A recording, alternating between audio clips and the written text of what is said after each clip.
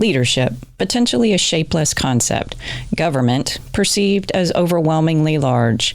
Put the two together, government leadership, and you could distill it down to big and cold. Interested instead in a space where government leadership might be personal and warm? Maybe that would look like a one-on-one conversation with those we choose to speak for us in our own neighborhoods.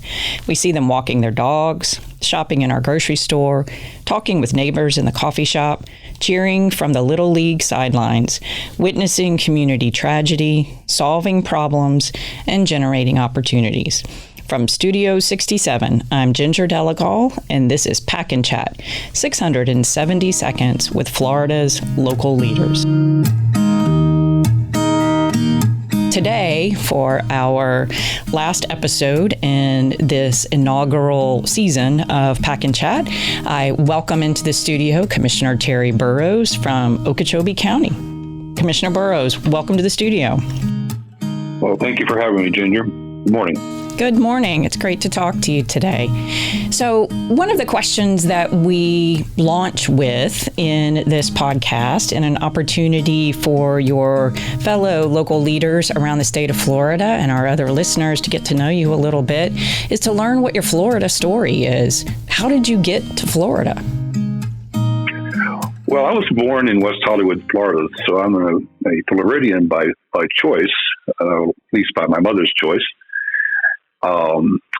That was back in 1950. We had a dairy farm, and my father had managed that for a number of years, and then we moved to Okeechobee County in 1956, where I stayed until I graduated high school and moved on into the telecommunications world. And where did that world take you geographically?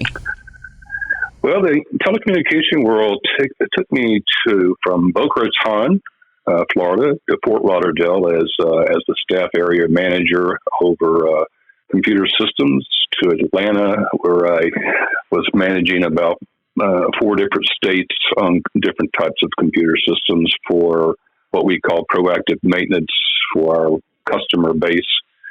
And then all of a sudden, one night, I woke up the next morning, I had 5 additional states when Judge Green decided to converge Bell South or Southern Bell and South Central Bell. I stayed there until about 1986, and we had a process by where they quoted their best and brightest. They used to send them to New Jersey to work in Bellcore, which was part of a development corporation to develop software for the 7 regional Bell operating companies.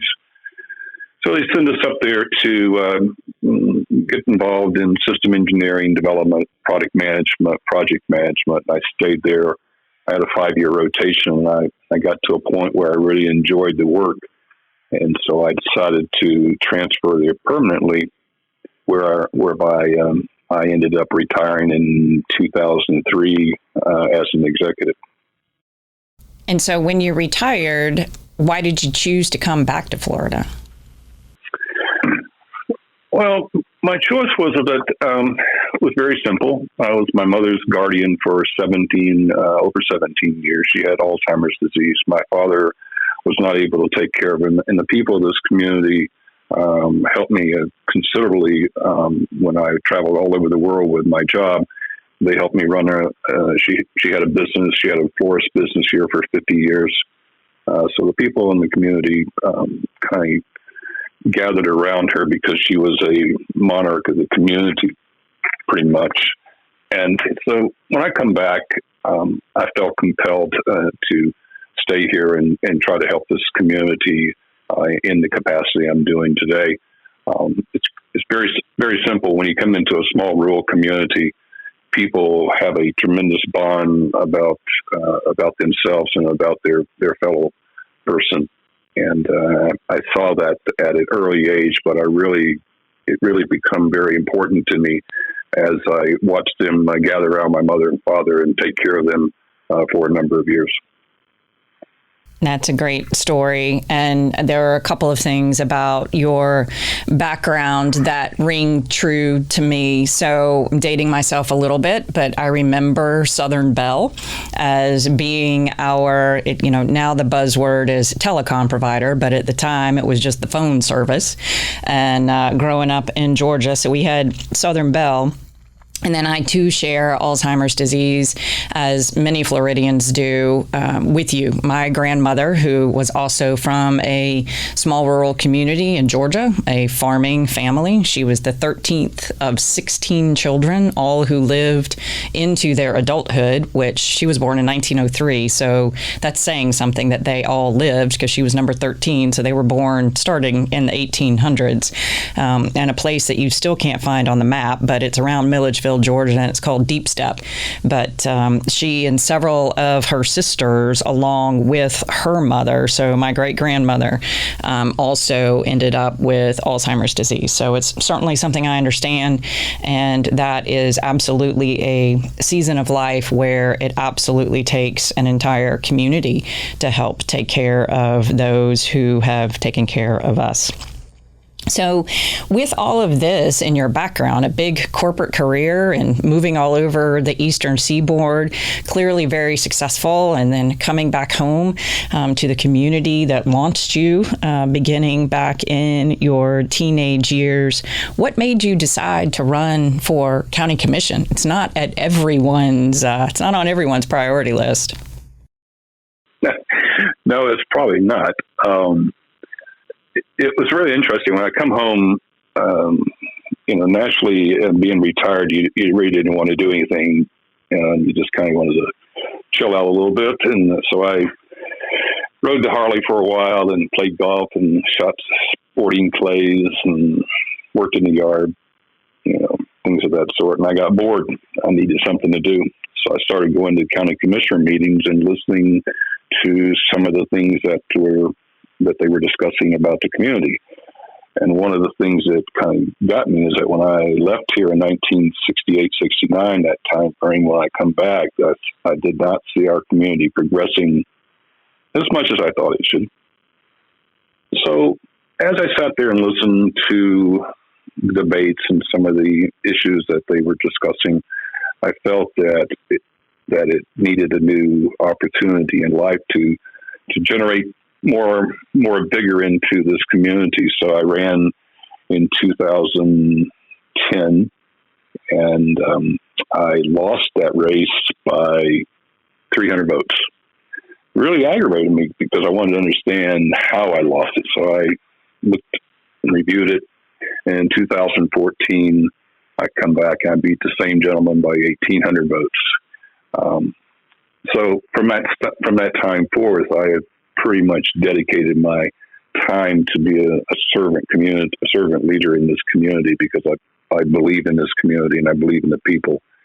So it's well worth the time I spend trying to do things that are on a positive standpoint to make our community better. And so why did you decide to run again? Because being bored as a county commissioner, that's sort of not a sentence that I would put together that makes a whole lot of sense, meaning, at least from my vantage point, there isn't anything boring about what you all do at the local level. So I think you probably solved that problem for yourself. But why did you decide to run again? Well, I felt that the amount of time that from the first 4 years, you really are trying to get yourself gauged into what really is important in your community. Due to the fact I've never been in politics before, and understanding that I come from the corporate world, and financial issues and things of that sort are much different than the government, because the government moves at snail pace. In the corporate world, we move at, I'll say, lightning speed to a large degree.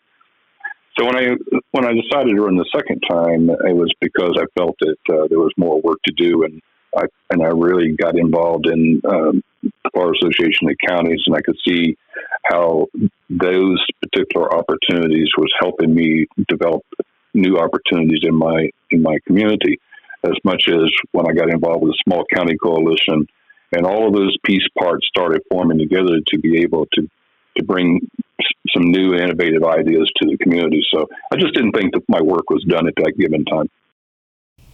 Makes sense.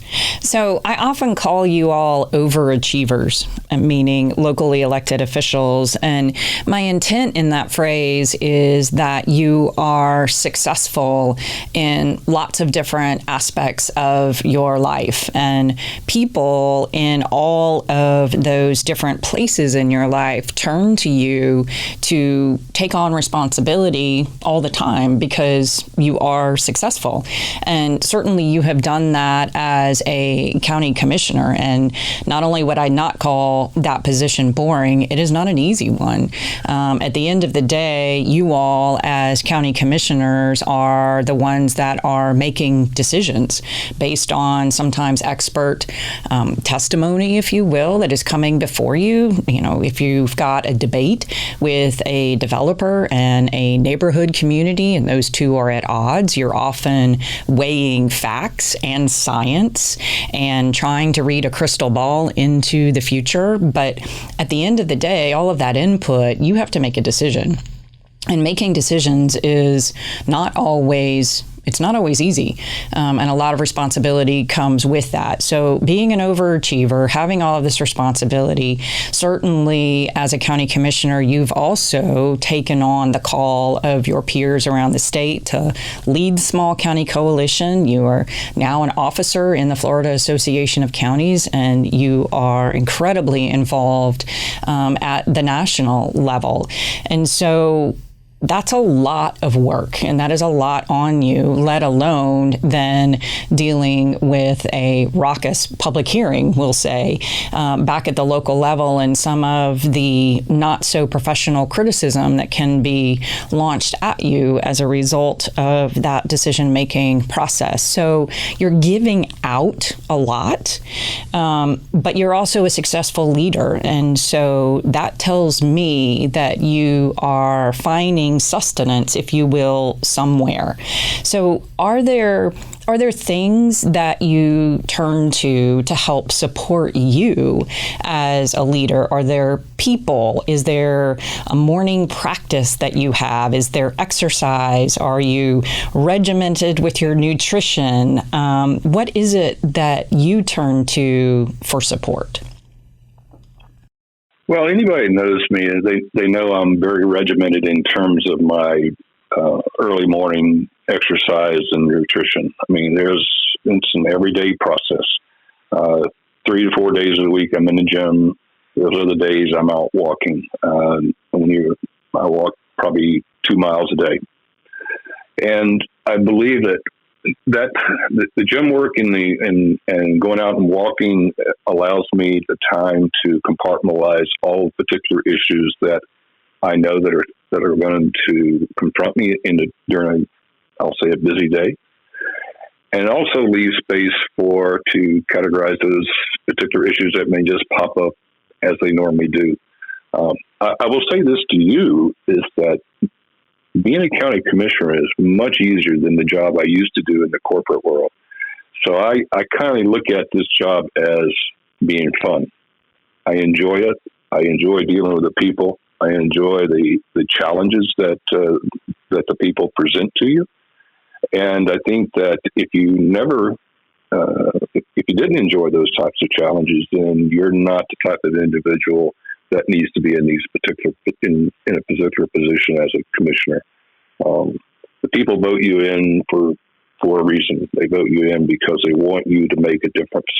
And if you can't make a difference, and you choose just to be here because of you just want to be a figurehead, then you're in the wrong position.